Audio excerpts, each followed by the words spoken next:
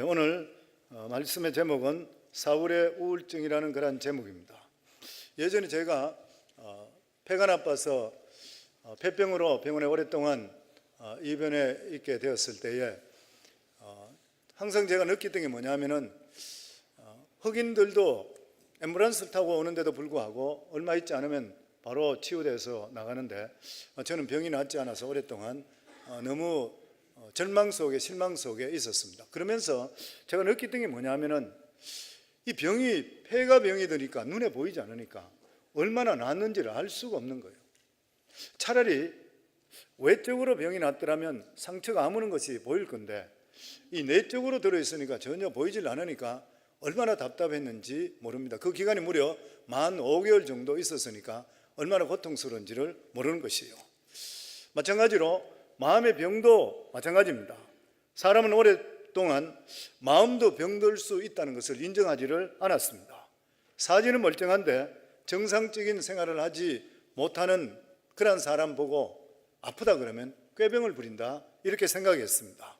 그러나 최근에 많은 사람들이 육체만 병드는 것이 아니라 마음도 병들 수 있다는 것을 알게 되었습니다. 오히려 이 마음의 병이 육체의 병보다 훨씬 더 치료하기가 힘들고 또 미치는 영향이 치명적이라는 것을 알게 되었습니다. 요즘 미국 신문에 보면 미국 유명 인사들 젊은 사람 20살 때부터 해서 60대까지 이런 사람들이 줄줄이 자살하는 것들을 볼 수가 있습니다. 얼마 전 며칠 전에 이 한국일보 미주판 자료에 의하면은 미국의 지난 17년간 자살 건수가 평균 24% 증가했다 그랬습니다. 그 중에 우울증으로 자살한 사람이 계속적으로 증가하고 있다고 합니다.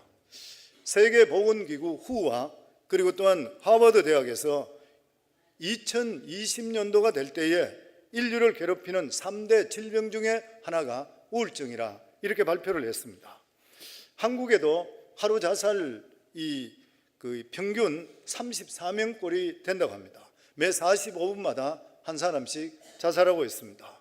미국 통계도 1년에 33,300명, 그 중에 남자가 72%랍니다.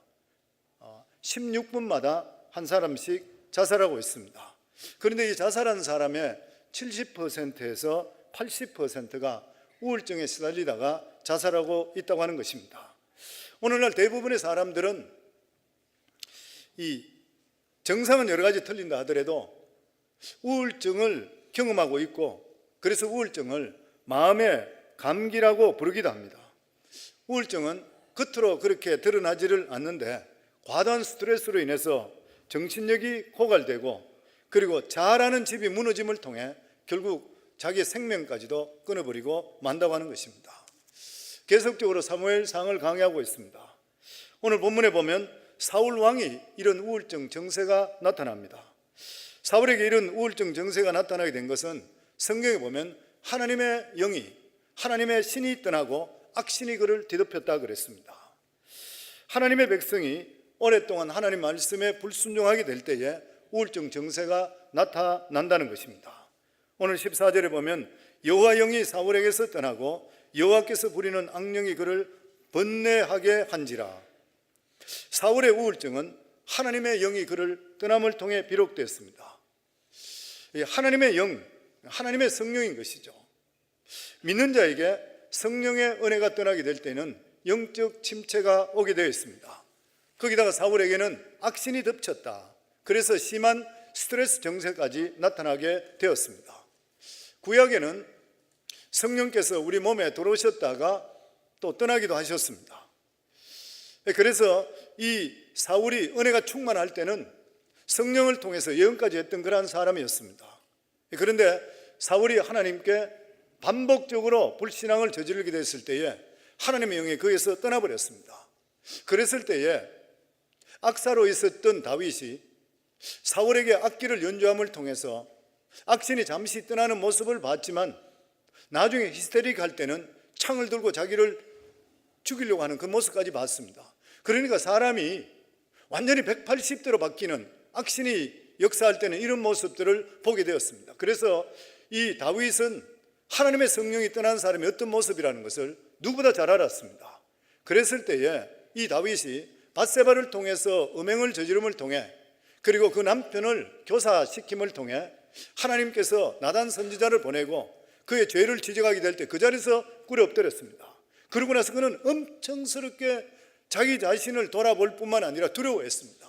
그러면서 두려워하면서 하나님께 나에게 성신을 떠나게 마소서, 그렇게 지었던 시가 바로 시편 51편입니다. 시편 51편에 보면 하나님이여 내 속에 정한 마음을 창조하시고 내 안에 정직한 영을 새롭게 하소서, 나를 주 앞에서 쫓아내지 마시며 주의 성령을 내게서 거두지 마소서. 성령이 거두준 사람의 비참한 모습, 그리고 악령이 틈탄 사람의 모습을 누구보다도 그는 체험했던 그 사람입니다. 그렇기 때문에 이것이 얼마나 두렵고 떨린지를 모르는 것이요. 그러나 성도님들, 예수님께서 이 세상에 오셔서 십자가의 승리를 통해서 예수님 대신 오신 보혜사 성령께서는 들어갔다 나갔다 하시는 분이 아니라 우리와 영원토록 함께 하신다고 성경이 우리에게 약속해 주시는 것이요. 요한복음 14장 16절에 보면 내가 아버지께 구하겠으니 그가 또 다른 보혜사를 너희에게 주사 영원토록 너희와 함께 있게 하리니. 하나님 이 말씀을 보면서 우리가 느끼는 게 뭐냐면은 시대를 잘 타고 태어나야 되는 것 같아요. 오늘날 태어나신 분은 우리가 좀 잘못했다 한다 하더라도 예수 그리스도의 보혈 때문에, 예수 그리스도의 보혈 공로 때문에 성령은 떠나지를 않는 것이요. 그 대신에 성경에 보면은 성령 소멸이라 그랬습니다. 우리가 은혜로 충만할 때는 성령이 우리를 통치하게 되는 것이죠. 근데 은혜로 충만하지 못할 때 우리가 잘못을 저지른다 하더라도 성령은 우리 속에 내주하시는 것이요. 단지 촛불같이 적은 불로 계시는 것이요. 그래서 우리의 자아가 우리를 이끄는 것이에요. 그러면 세속적인 삶을 살게 되었습니다. 그러다 우리가 회개하고 하나님께 나와서 기도하면서 찬양하며 우리 자신이 다시 회복될 때에 우리 속에 아주 가는 그 불이 다시 활발 타오르기 시작하는 거예요. 그러면서 성령을 통해서 우리를 이끌어가게 되어 있는 것이에요. 그래서 오늘날 이 시대에 예수 믿는 것이 큰 축복인 줄 믿습니다. 아멘. 네. 하나님의 백성에게도 영적 침체는 찾아옵니다. 그러나 그리스도인에게 영적 침체에 빠졌다 한다 하더라도 우울증에 걸렸다 그렇게 말하지는 않는 것이요. 왜냐하면 우리가 하나님께 부르짖고 기도하면 성령의 은혜가 얼마든지 회복될 수 있고 그 침체에서 벗어날 수 있기 때문인 것입니다. 그러면은 하나님의 백성에게 영적 침체가 오는 이유가 무엇인 것인가?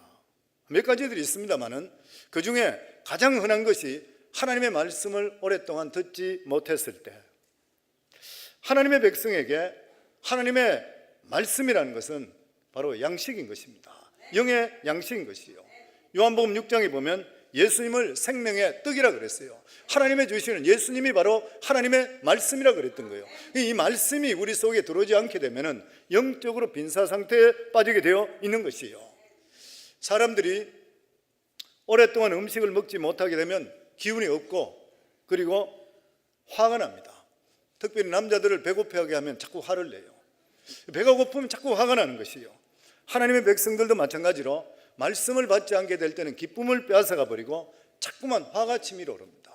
그래서 성령 우리 영적인 상태를 체크해보는 거 굉장히 쉽습니다. 내 마음속에 평강이 있는 것인가, 아니면 자꾸 불평이 나오고 불만이 나오고 화가 나는 것인가. 그렇다면 그 사람이 영적으로 문제가 있는 것이요. 이것은 벌써 이미 영적 침체가 왔다고 하는 것입니다.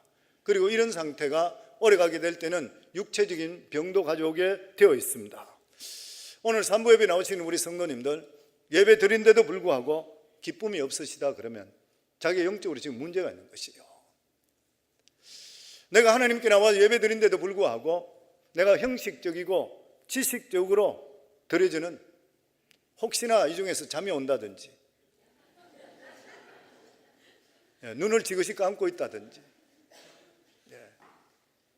영적 감기가 들었든지 아니면 영적 중병이 들을 수도 있습니다. 그래서 성도님 왜 그러냐 하면은 우리 믿음의 사람들은 교회에 와서 영적으로 충만함을 받아야지 일주일 동안 살아갈 수 있습니다. 그런데 교회에서 내가 영적으로 충만함을 받지 않으면 어디서 받을 수 있습니까? 그래서 예배의 생명 것이어야 되는 거예요. 그리고 예배를 통해 은혜로 충만하게 받아서 세상에 나가서 하나님이 주시는 능력을 통해서 어려운 일, 힘든 일들을 넉넉히 이겨나갈 수가 있어야 되는 것이에요. 아멘. 실질적으로 우리 예수 믿는 사람들, 예수 믿는 사람들은 우울증에 걸린다는 것이 은혜가 충만하지 못해서 일어나는 현상이라 할 수 있죠. 그런데 요즘 대형 교회들 보면은 우울증 걸린 사람이 너무 많아서 우울증을 치료해주는 교실도 있다 그래요. 그 교회 다니는데도 불구하고 왜 우울증이 걸리는 것입니까? 하나님께 주시는 구원의 감격, 은혜를 잃어버렸기 때문인 것이에요. 성도님, 사도 바울은 자기가 서신서를 보낼 때, 편지를 보낼 때에 대부분이 감옥에서 보냈습니다. 감옥에서 편지를 보낸데도 불구하고 감옥 바깥에 있는 그 사람들에게 주 안에서 기뻐하라, 내가 다시 말하노니 기뻐하라. 사도 바울은 이렇게 말했는 것이에요. 어떻게 해서 죽음이 경각에 달려있고 환경적으로 볼 때는 그 지하 감옥에서 어떤 데는 물속에 잠겨 있는데 자기가 그것을, 그 편지를 어떻게 바깥에 기뻐하라 할 수 있는 것인가요? 사도 바울은 표대를 향해서 하나님이 주시는 상을 향해 달려갔기 때문에 다른 것들을 뛰어넘을 수 있는 능력이 그에게 있었다고 하는 것이에요. 그러니까 교회 안에서도 우리가 계속적으로 영적으로 침투하는 것은 자기 자신이 성령으로 충만하게 될 때는 뛰어넘을 수 있는 능력이 우리 속에 임하게 되어 있는 것이에요. 그래서 성도는 우리가 입술로 이야기할 때 자꾸만 자기가 시험 들었다, 영적인 침체다, 이거 별로 좋은 일 못 돼요. 자랑할 거 절대 못 돼요. 하나님이 주시는 능력으로 일어날 수 있기를 주의 이름으로 축원합니다. 우리가 영적인 그리스도의 좋은 군사가 되어야 되지 병자가 돼서 빌빌거려서는 안 되는 것이에요. 보면 저는 우리 성광교회 성도님 모두 다가 영적 병자가 아니라 영적인 좋은 군사가 될 수 있기를 주의 이름으로 축원합니다. 아멘. 그래서 우리가 예배당에 나오는 것 같으면 우리가 예배에 집중하게 될 때는 성령의 역사함을 통해서 우리가 영적으로 소생하는 역사가 임하게 되어 있다고 하는 것이에요. 아멘. 그리고 하나님의 백성이 죄를 지으면 영적 침체가 오게 되어 있습니다. 하나님의 백성이 음행을 한다든지, 그렇지 않으면 남의 돈을 훔친다든지 도둑질한다든지 이러한 죄를 짓게 될 때는 마음속에 성령의 감동이 없어지고 양심의 가책 때문에 괴로워지는 것이에요. 그렇게 되면 우울증이 생길 가능성이 있는 것이에요. 이런 경우에는 양심의 가책이 계속적으로 우리에게 말씀하는데도 불구하고 회개하지 않고 죄를 감추게 될 때는 병이 오는 것입니다. 그래서 이러한 고통이 있을 때에 병원에 가게 되면은 정신과 의사들은 이것을 잘 못 고칩니다. 왜 그러냐면은 죄로 말미암아 병이 온다는 것을 알지 못하는 것이에요. 그래서 약을 먹든지 아니면 다른 처방을 한다 하더라도 뿌리채 뽑지 못하는 것이에요.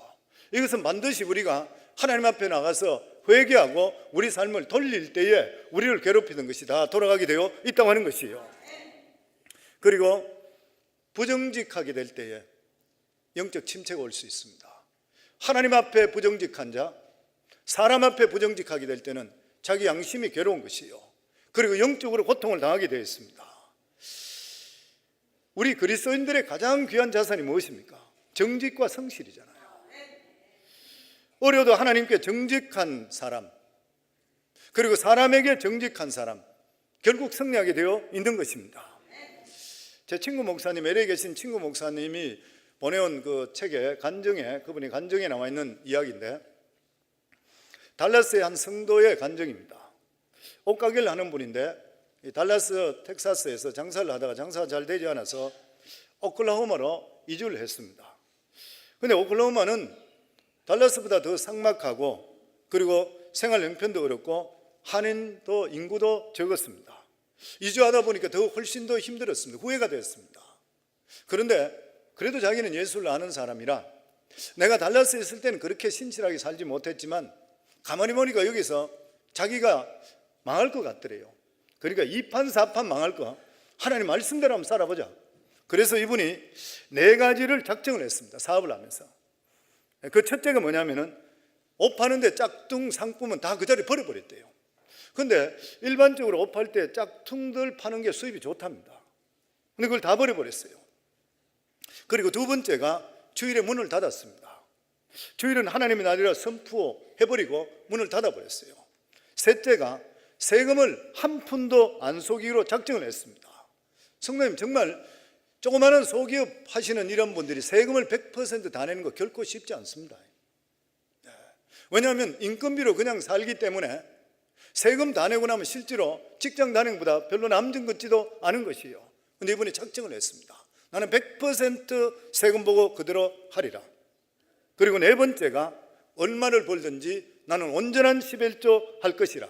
이분이 네 가지 작정했는 이것은 한마디로 말하면 돈이 안 되는 결단이에요. 그리고 실제적으로 이분이 돈 벌기가 더 힘들어지고 그리고 생활은 더 곤란해졌습니다. 그런데 어느 날 물건을 사러 도매상에 가다가 비가 와서 잠시 이 가게 앞에 오닝 차양 앞에 서 있다가 가게 안에 윈도우 안을 들여다보니까 옷 하나가 보이는데 눈에 확 들어오는 것이에요. 그래서 그분이 도매상에 가다가 멈추고 그 집에 들어가서 그 옷을 대량으로 사서 들어왔습니다. 그런데 이것이 그에게 대박이 났습니다. 매상이 굉장히 좋아졌습니다. 그리고 얼마 있지 않게 되니까 대형 의류점에서 자기들에게 납품을 해보지 않겠느냐고 연락이 왔습니다. 그래서 서류를 모두 열라고 했는데 이분이 서류를 내서 넣었는데 정직하게 그대로 했더니만 이 회사 자체가 아직도 부실한 거예요. 적고 그리고 자산이 별로 없는 회사예요. 보냈더니만 거기서 리젝트 돼버렸습니다. 그래서 자기는 하나님 뜻이 아닌가 이래 생각하고 있었는데 며칠 지나서 그 대형 회사에서 임원한 사람이 연락이 왔습니다. 당신 서류를 볼 때는 우리하고 절대로 거래를 할 수 없습니다. 그런데 수많은 사람들이 서류를 보내라 그러면 뻥튀기를 해서 보내는데 당신은 보니까 사실대로 보낸 것 같습니다. 당신의 정직함이 내 마음에 옵니다. 나는 당신의 보냈던 스테이트먼트 사업의 규모를 보고 당신의 마음이 가는 것이 아니라 당신의 정직을 내가 사고 싶습니다. 그러면서 계약이 이루어졌다는 거예요.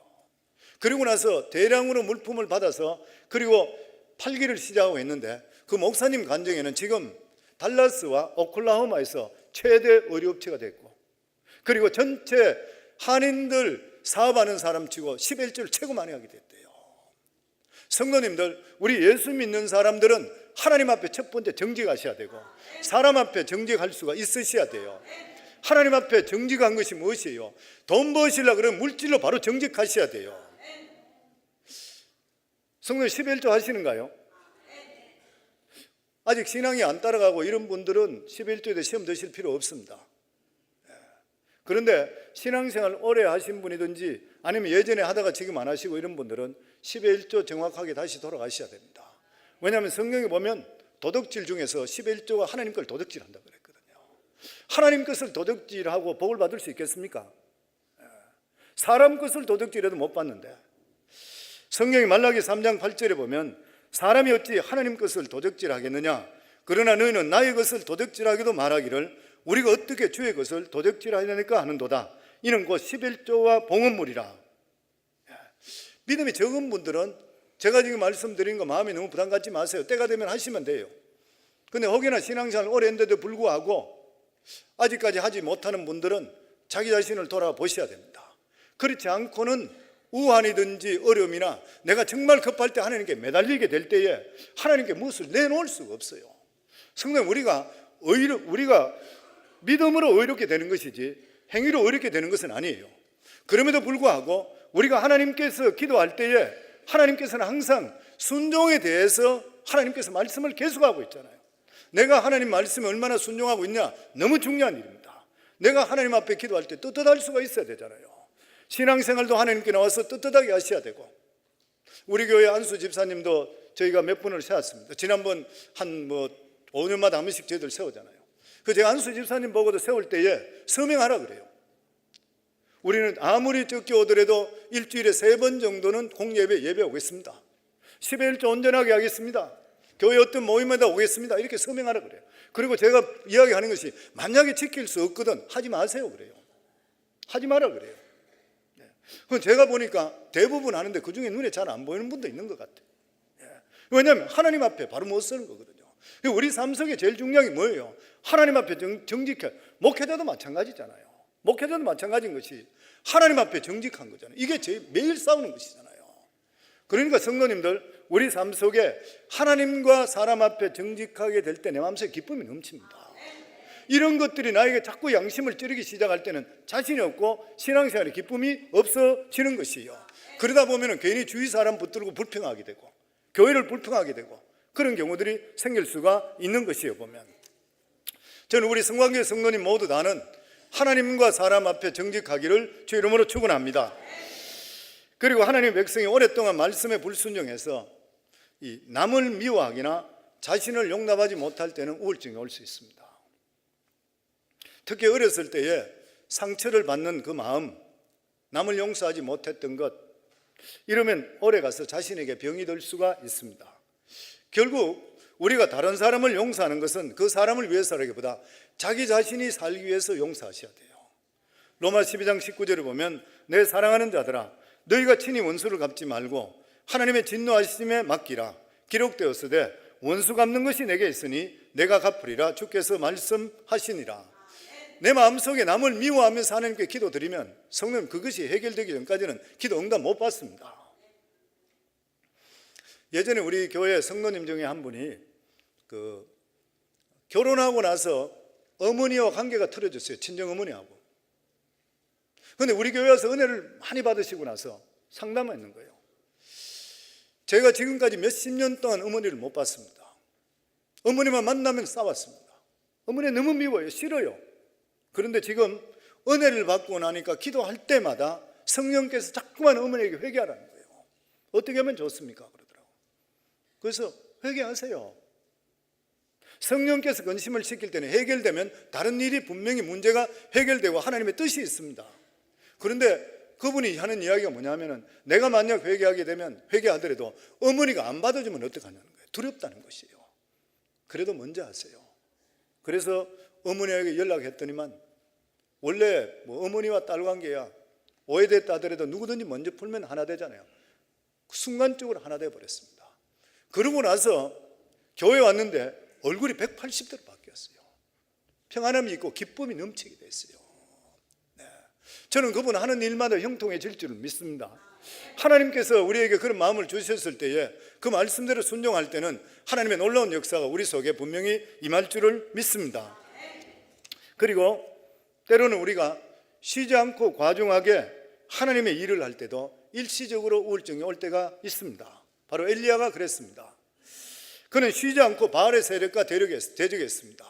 바알 선지자 450명, 아세라 선지자 400명, 그들과 대적하다가 탈진 상태에 빠졌던 것이요. 그랬을 때에 이사벨의 협박 한 마리에 그는 완전히 무너져 버리고 말았습니다. 그래서 하나님 죽기를 소원합니다 이렇게 이야기했던 것이요.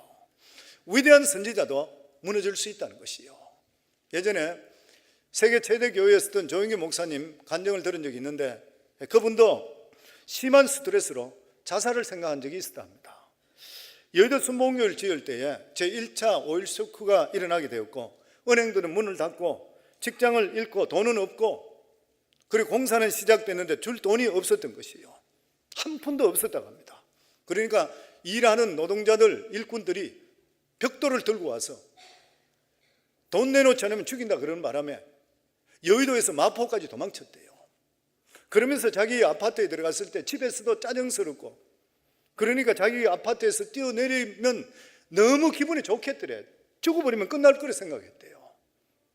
그런데 성령께서 말씀의 주심을 통해 셈을 얻게 되고 또 일을 이루 나갔지만 그래서 성도님들 우리 인생에 살아가는 삶 속에 나는 괜찮다고 큰소리 칠 사람 아무도 없습니다. 위대한 선지자도 위대한 종들도 살아가는 삶에 너무 스트레스가 강하게 올 때는 우울증에 걸리게 되는 것이고 살아가는 삶을 포기할 수도 있다고 하는 것이에요. 그렇기 때문에 우울증에 걸려서 자살하는 사람 손가락질 하시면 절대로 안 돼요.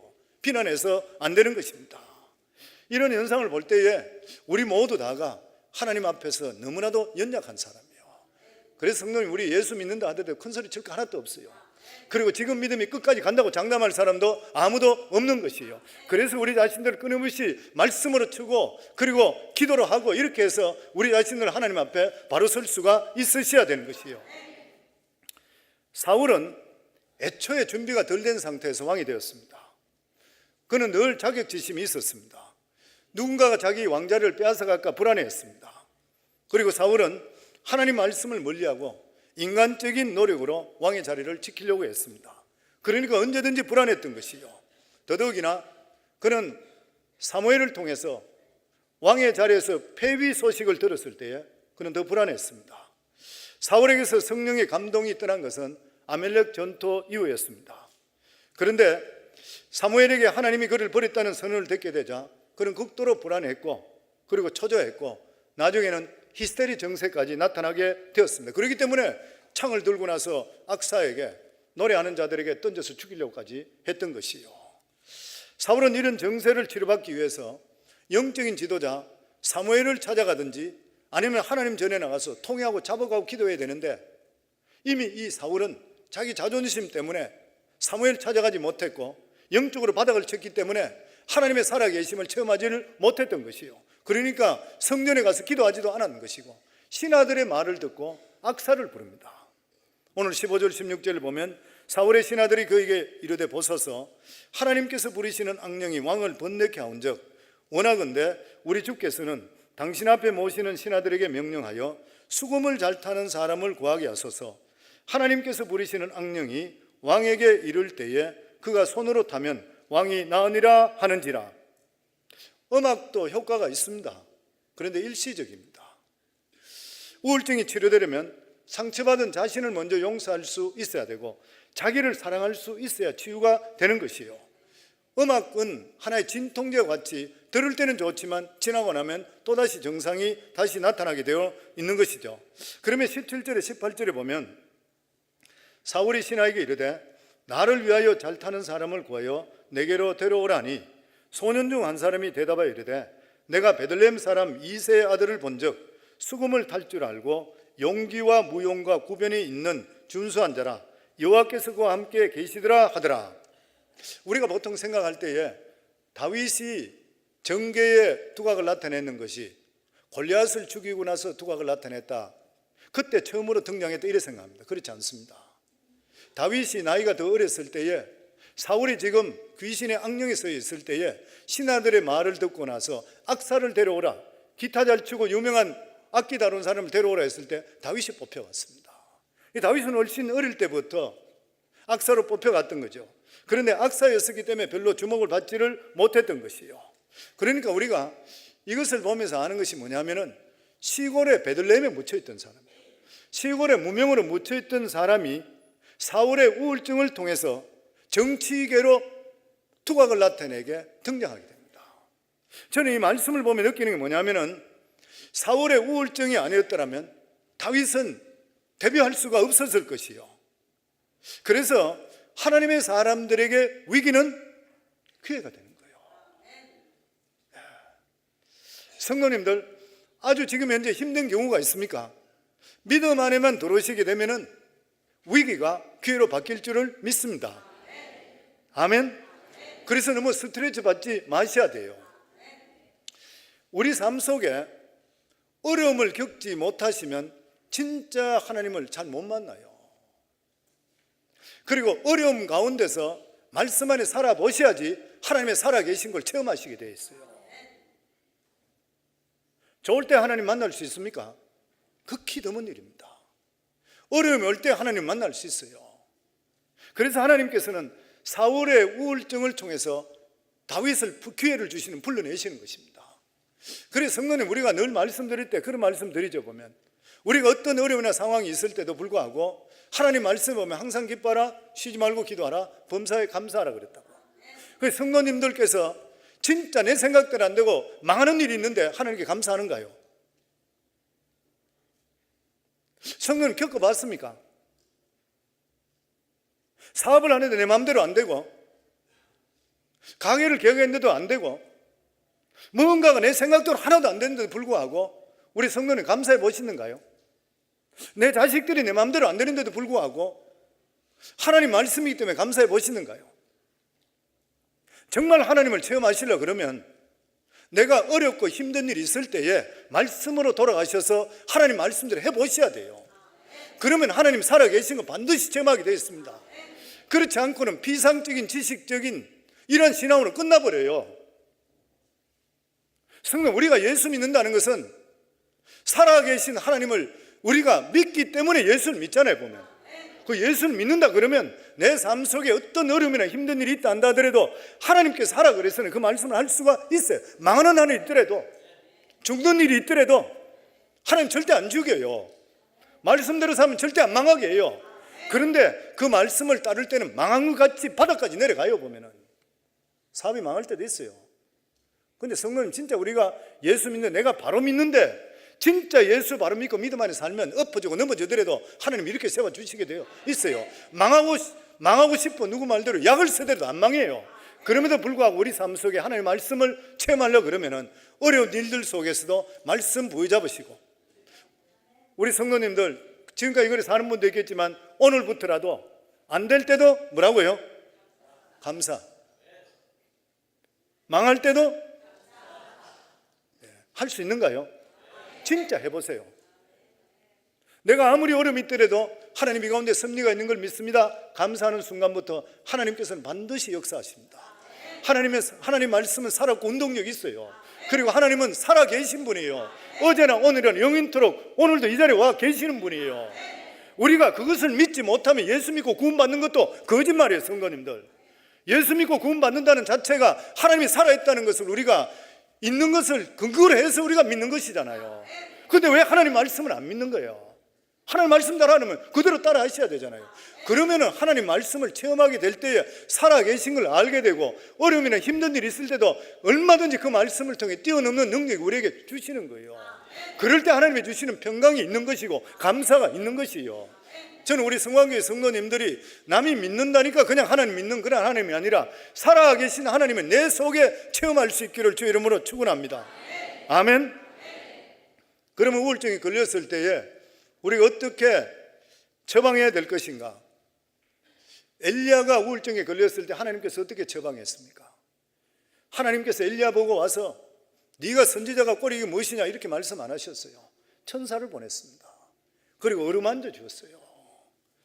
열왕기상 19장 5절에 보면 로뎀나무 아래에 누워 자더니 천사가 그를 어루만지며 그에게 이르되 일어나서 먹으라 하는지라.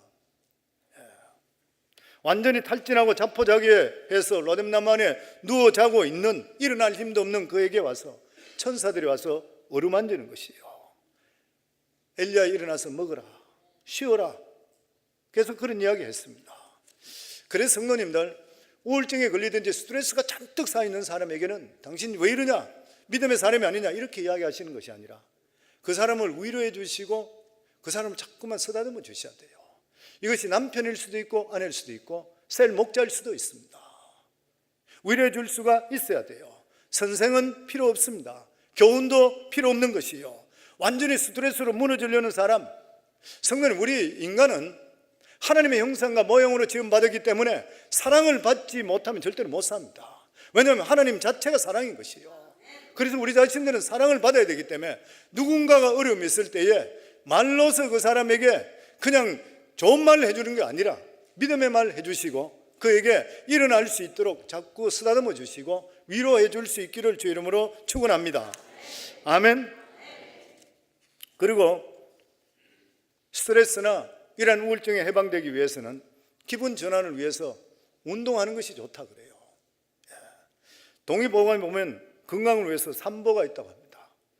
식보, 밥을 잘 먹는 것, 그리고 약보, 약을 적당히 보약을 먹는 것, 그리고 세 번째가 행보, 걸으라는 것이요. 13,000보 이상을 걸으라 이렇게 되어 있습니다. 운동하라. 그 다음에 마지막으로 이러한 우울증이나 스트레스에 해방되기 위해서는 하나님 말씀과 기도. 엘리야가 어떻게 회복됐습니까? 완전히 그는 자기가 힘을 잃고 있을 때에 하나님께서 먹이시고 위로하시고 나서 그 다음에 하나님의 세미한 음성이 들리기 시작합니다. 하나님의 세미한 음성이 들리면서 그가 몸이 회복되기 시작하고 영적으로 회복되고 그리고 육체적으로 회복되기 시작합니다. 그래서 성도님들, 우리가 삶 속의 스트레스나 우울증에 걸렸을 때 가장 중요한 건 무엇이요? 예배 중심으로 다시 돌아오셔야 돼요. 우리 남편이 그러면 아내가 무조건 죽으라고 말씀의 자리로 끌고 오시면 돼요. 어느 부리든 간에 하나님 말씀은 살아있기 때문에 앉아서 조시더라도 듣다 보면 어느 순간에 하나님께서 세미한 음성으로 들릴 때가 있습니다. 그러면서 우리가 영혼이 치료되기 시작해요. 영혼이 치료되면 육신은 반드시 치유되게 되어 있는 것입니다. 사랑하는 귀한 성도님들, 우리 삶 속에 내가 주님 앞에 설 때까지 나는 괜찮다 이야기할 사람 아무도 없습니다. 우리가 예수 믿는다 하는데도 불구하고 은혜가 떨어지게 되면 스트레스가 오게 되고 그리고 우울증이 올 수가 있는 것이요. 우리가 이러한 것에서 벗어나기 위해서는 사도 바울 말씀과 같이 자기를 쳐서 복종해야 돼요. 신앙생활 적당히 해서는 성도님들 이러한 악한 것들이 떠나갈 수가 없는 것이요. 저는 우리 성광교회 성도님들이 하나님 말씀 안에 바로 사시려고 노력하시고 하나님께서 나를 불러주신 게 왜 불러주신가 자기 자신을 돌아보게 하시고, 그리고 믿음에 믿음을 다하셔서 하나님께 귀하게 쓰임받는 그릇, 그리고 우리를 괴롭히는 이러한 스트레스나 악한 것들은 물리칠 수 있기를 주 이름으로 축원합니다. 목회하면서 스트레스 안 받는다는 거짓말이죠. 저는 성도님 스트레스 안 받는다 그래요. 근데 스트레스가 왜 없겠습니까? 근데 그 스트레스가 올 때마다 제 자신이 하나님께 항상 하는 것이, 어려움이 올 때마다 하나님 이것은 제 것이 아니니까 하나님 가져갔어요. 계속적으로 하나님께 맡기는 버릇을 자꾸 가지게 되니까 나중에는 아무리 큰 스트레스가 오더라도 맡기면 되지 뭐. 그리고 실제로 시간이 지나니까 하나님 해결해 주시는 것이요. 하나님께서는 수고하고 무거워진 자 모든 것을 맡기기를 원하고 계십니다. 사랑하는 성도님 모두 다 어떤 어려움이나 힘든 일이 있을 때 하나님께 맡기시고 예수 중심, 그리고 말씀 중심, 예배 중심으로 승리할 수 있기를 주 이름으로 축원합니다.